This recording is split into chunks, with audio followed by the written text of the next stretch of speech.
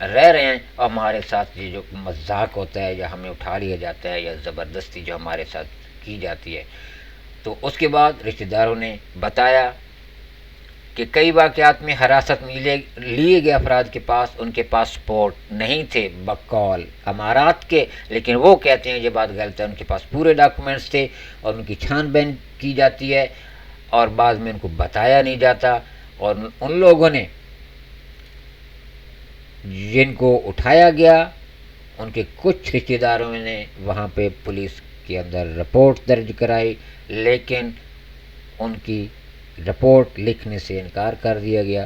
اور انہیں کہا گیا کہ آپ انتظار کریں۔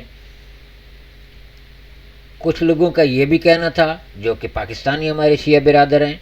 کہ ہم نے پاکستانی سفارت خانے سے رابطہ قائم کیا اور وہاں پہ جو پاکستانی سفارت خانے کے اندر جو فرعون بیٹھے تھے ان لوگوں نے کہا کہ ہم اس کے بارے میں کچھ نہیں جانتے۔ تو سوال ہم کریں گے کہ وہ سفارتکار وہاں پہ مکھیاں مارنے جاتے ہیں اور یا پھر حرام کے کھانے کھانے کے لیے وہ وہاں پہ جاتے ہیں جب ہیلپ کی ضرورت پڑتی ہے بیرونی ممالک رہنے والے لوگوں کو، تو وہ کہتے ہیں کہ ہم کچھ نہیں کر سکتے۔ ناظرین یہ آپ پڑھ سکتے ہیں رپورٹ کے اندر یہ لکھا ہوا ہے، اور ایسے ہی جیسے میں آپ کو بتا رہا ہوں۔ اور ایک دوست نے یہ بتایا، اس نے بتایا کہ اس کے ساتھ برا سلوک کیا گیا، اس کو ایک دوسرے مقام پہ منتقل کرتے وقت اس کے ہاتھ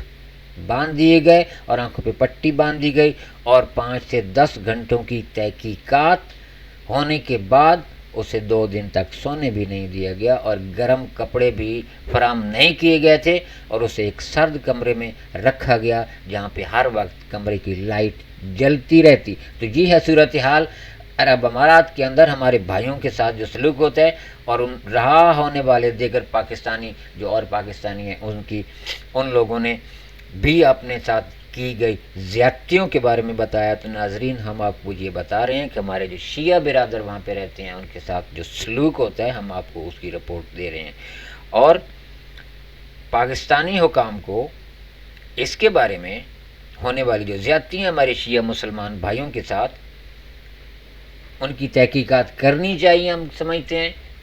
لیکن وہ یہ نہیں کرتے۔ یہ خدا بہتر جانتا ہے کہ وہ کیوں نہیں تحقیق کرتے اس کی، اور کونسلر تک نمائندگی بھی بہت مشکل ہو جاتا ہے وہاں پہ عرب امارات کے اندر۔ ابھی خان صاحب نے جو ہمارے ملک کے وزیر اعظم میں عمران خان صاحب نے کچھ آرڈرز دیے ہیں بیرونی ممالک میں امبیسیوں کے اندر جو فرعون بیٹھے تھے ان کے لیے، لیکن دیکھتے ہیں وہ کیا کرتے ہیں، امید ہے وہ کچھ ہیلپ کریں گے۔ لیکن یہ جو ہیومن رائٹس کی رپورٹ ہے اس کے مطابق جو کہ انتہائی ایک دکھی رپورٹ ہے، اور اب ہم آپ کو بتاتے ہیں ایک ہمارے اس بھائی کی داستان جو کہ وہاں پہ جس کو اٹھا لیا گیا۔ لیکن اس سے پہلے ہم آپ کو بتائیں تھوڑی سی بات کہ عرب امارات کے قانون کے آرٹیکل 47 کی روح سے زیر حراست افراد کو 2 روز کے اندر پبلک پراسیکیوٹر کے سامنے پیش کرنا ضروری ہے۔ البتہ یو اے 2003 کا اسٹیٹس کوٹی اپریٹ لا انہوں نے جو بنایا تھا اس قانون نے وہاں کے امارات کے فوجی یا پولیس کو وسیع اختیارات دیے ہیں، اور یہ اسی طرح کا ایک قانون ہے جو مودی صاحب کشمیر کے اندر لاگو کر کے بیٹھے ہیں اور دھکے کھا رہے ہیں۔ تو یہ وہی قانون عرب امارات نے کسی بھی وقت کسی کو اٹھا لیں تو اسٹیٹ سیکورٹی آپریشن لا امارات کے قانون کے مطابق ان کے آرٹیکل 28 کے مطابق اور آرٹیکل 14 جو ان کا ہے اس کے مطابق ملا کے اگر اس کی تھوڑی سی تفصیل ہم دیکھیں جو کہ ان کے قانون میں لکھی ہے تو یہ سراسر زیادتی وہ کرتے ہیں، لیکن ان کو چونکہ پوچھنے والا کوئی نہیں ہے، اور کسی بھی شخص کو وہ اٹھا کے 106 دن تک قید میں رکھنے کا اختیار رکھتے ہیں، اور یہ کیوں بنایا گیا تھا یہ خدا بہتر جانتا ہے۔ اور یہ اپنی نوعیت کا ایک الگ قانون ہے جو کہ انسانی حقوق کے آرٹیکل 14(5) کے بالکل غیر منافی ہے، اس کو میچ نہیں کرتا اور یہ غیر قانونی ہے، لیکن وہ لوگ کرتے ہیں، وہ جو چاہیں کرتے ہیں۔ تو ناظرین اس وقت ہم آپ کو اپنے اس دوست بھائی کی ایک کہانی سناتے ہیں جس نے نام تو دیا ہے لیکن شاید ہم آپ کو نام بتا سکیں۔ کہ اپریل میں ہیومن رائٹس واچ نے ایک ایسے پاکستانی شیعہ بھائی سے بات چیت کی جو لگ بھگ 1 ماہ تک امارات میں زیر حراست رہا، اور پھر رہائی کے بعد دسمبر 2020 میں اس سے کہا گیا کہ وہ ملک چھوڑ دے۔ اس نے بتایا کہ 21 روز تک کسی کو معلوم نہیں تھا کہ میں کہاں ہوں۔ اس کی آزمائش کا آغاز نومبر کی ایک رات کو اس وقت ہوا جب اسے ایک نامعلوم فون نمبر سے کال موصول ہوئی، جس میں اسے بغیر کسی وجہ بتائے پولیس اسٹیشن سے رابطہ کرنے کے لیے کہا گیا۔ پولیس اسٹیشن پہنچنے پر پولیس کے اہلکار انہوں نے اس کو سیاہ کار میں بٹھایا، سادہ کپڑوں میں وہ لوگ تھے۔ اس نے بتایا کہ کار تقریباً 15 منٹ تک چلتی رہی اور پھر وہ ایک ایسی جگہ پہنچے جو اس کے خیال میں جیل کی ایک کمرہ تھا۔ اس نے کہا، ایک ایسے آدمی کے لیے جو پہلی مرتبہ جیل کی بیرک میں آیا، بہت ہی مشکل لمحہ تھا اور میں بہت صدمے سے دوچار تھا۔ اس نے بتایا کہ اگلی صبح اس کی آنکھوں پہ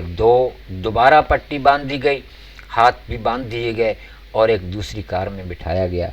جو لگ بھگ 1 گھنٹہ تک چلی، اور پھر اسے ایسے مقام پر لے جایا گیا اور اس کو بعد میں پتہ چلا کہ ابوظہبی میں محکمہ فوجداری تحقیقات کا وہ دفتر تھا۔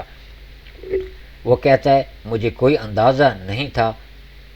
کہ میرے ساتھ کیا ہو رہا ہے یا زمین پہ کیا ہو رہا ہے، مجھے بالکل بھی کچھ پتہ نہیں تھا۔ اور مزید اس نے کہا، میں نے 1 ماہ ہونے والی پیش رفتوں کے متعلق سن رکھا تھا، یہ کہ شیعہ افراد کو اٹھایا جا رہا تھا، مجھے معلوم تھا، اور یہ سب کچھ امارات اور اسرائیل میں ہونے والے سمجھوتے کی بدولت تھا، مگر کسی نے مجھے اس کے بارے میں کچھ نہیں بتایا۔ اماراتی اہلکار پھر اسے ایک ایسی جگہ لے گئے جو ایک دفتر کی طرح نظر آ رہی تھی، جس میں کافی رومز تھے، اور 2 روز تک میں اس میٹنگس روم میں بیٹھا رہا۔ میں نے کرسی پہ سونے کی کوشش کی، وہاں ایک صوفہ تو ضرور موجود تھا، مگر مجھے اس صوفے کی استعمال کرنے کی اجازت نہیں دی گئی۔ بہت مشکل وقت تھا، بہت زیادہ تھکاوٹ کی وجہ سے میں فرش پہ سو گیا اور اپنے جوتے تکیے کے طور پر استعمال کیے۔ اگر وہ مجھے سوتا دیکھتے تو وہ مجھے جگا دیتے۔ وہاں الماریاں نہیں تھیں، لائٹس ہر وقت جل رہی ہوتی، وقت کا پتہ صرف تب ہی چلتا جب کھانا آتا۔ کمرے میں سردی تھی اور مجھے خود کو گرم رکھنے کے لیے کچھ نہیں دیا گیا۔ تو یہ ہمارے اس دوست کی داستان ہے جو ہم آپ کو سنا رہے ہیں۔ اور اس نے پھر یہ بتایا کہ امارات کے ایک بہت ہال میں مجھے لے جایا گیا، جس میں 15 سے 16 سونے کے تختے، وہ سونے گولڈ کے نہیں بلکہ لکڑی کے تختے لگے ہوئے تھے، اور دیگر اور بھی وہاں پہ قیدی موجود تھے۔ اس نے بتایا کہ اس کے قیام کے دوران قیدیوں کی تعداد بدلتی رہتی، ایک وقت پہ تعداد 40 تھی۔ مجھے اب بھی نہیں پتا کہ میں وہاں کیوں تھا، دیگر لوگ کون تھے یا مجھے کتنے عرصے کے لیے وہاں رکھنا چاہتے تھے۔ محافظوں میں محافظ جو وہاں پہ تھے، محافظ کیا تھے، جو گارڈز تھے، انہوں نے حکم دیا کہ مجھے صرف خاموش رہنا ہے اور کسی کی طرف دیکھنے کی مجھے اجازت نہیں تھی۔ 10 روز بعد ریاست کے سیکورٹی اہلکاروں نے اسے پوچھ گچھ کے لیے بلایا، جو بقول اس کے تقریباً 10 گھنٹوں تک جاری رہی۔ تحقیقات نے میری زندگی کے بارے میں انہوں نے سوالات کیے، میرے خاندان، دوست، تعلیم، رشتہ دار، میرا فون نمبر، ہر چیز انہوں نے مجھ سے معلومات لیں اس کی۔ 5 گھنٹوں تک تحقیقات کی، اور اس کے بعد 12ویں دن لوگ جانا شروع ہو گئے، حال خالی ہو رہا تھا، اور 14ویں دن بہت بڑی تعداد حال چھوڑ چکی تھی۔ کسی کو بھی رہا کرنے سے پہلے اس کو کووڈ-19 کے لیے دوسرا معائنہ ہوتا، اور ہمیں معلوم نہیں تھا ہمارے ساتھ کیا ہو رہا ہے۔ 21 روز تک اس کے خاندان قانونی مشاورت یا قانونی کونسل نمائندگی کے بغیر اور پبلک پراسیکیوٹر کے سامنے پیش کیے یا اس پر باقاعدہ الزام عائد کیے بغیر حراست میں رکھنے کے بعد رہائشی سیکورٹی فورسز نے اسے بتایا کہ اسے رہا کر دیں گے، اور پھر اس سے کہا گیا کہ تمہارے پاس 20 دن کا وقت ہے، لہٰذا تم امارات کو چھوڑ دو۔ تو یہ ہے اس کی کہانی، ہم نے اس کو اور مختصر کر دیا وقت کی وجہ سے۔ امید ہے ناظرین آپ کو جو ہمارا پروگرام پسند آیا ہوگا، اس کو آپ شیئر کریں اور اپنے دوستوں کو بتائیں،